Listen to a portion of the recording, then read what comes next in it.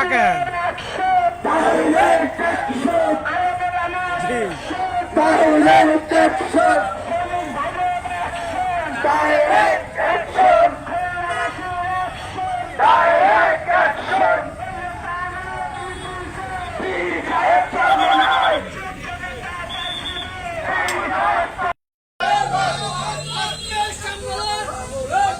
إن الحمد لله والصلاة والسلام على من لا نبي بعده أما بعد وأعوذ بالله من الشيطان الرجيم بسم الله الرحمن الرحيم وقاتلوهم حتى لا تكون فتنة ويكون الدين كله لله صدق الله مولانا العظيم ইসলামী শ্রমিক আন্দোলন বাংলাদেশ খুলনা মহানগর এবং জেলার উদ্যোগে আয়োজিত আন্তর্জাতিক শ্রমিক দিবস উপলক্ষে আজকের এই শ্রমিক সমাবেশের সম্মানিত সভাপতি উপস্থিত রয়েছেন খুলনার গণমানুষের নেতা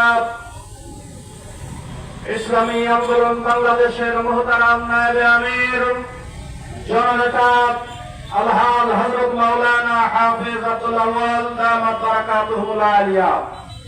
সম্মানিত ভাইরা আমার, আজকে আমরা গোটা বাংলাদেশের দিকে নজর দিয়ে দেখতে পাই যে শ্রমিকদের রক্তের উপরে ঘামের উপরে আজকে প্রাসাদ নির্মিত হচ্ছে, সমস্ত স্থাপনা নির্মিত হচ্ছে।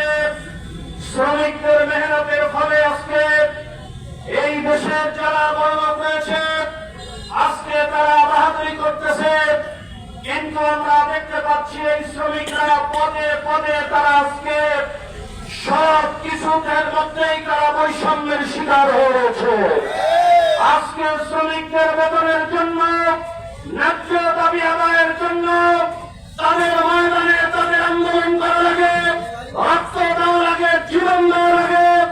আজকে তৎপরহীন কণ্ঠে বলতে চাই, দীর্ঘ ৫৩ বছর আমরা দেখে এসেছি এদেশের খেটে খাওয়া শ্রমিক জনতার পরিপূর্ণ অধিকার কেউ বাস্তবায়ন করতে পারে নাই, পর্যন্ত কোনো দল পারবে না। শ্রমিকদের ন্যায্য অধিকার একমাত্র ইসলাম প্রতিষ্ঠা করতে পারবে। ইসলাম শ্রমিক এবং মালিকের মধ্যে কোনো ভেদাভেদ রাখে নাই।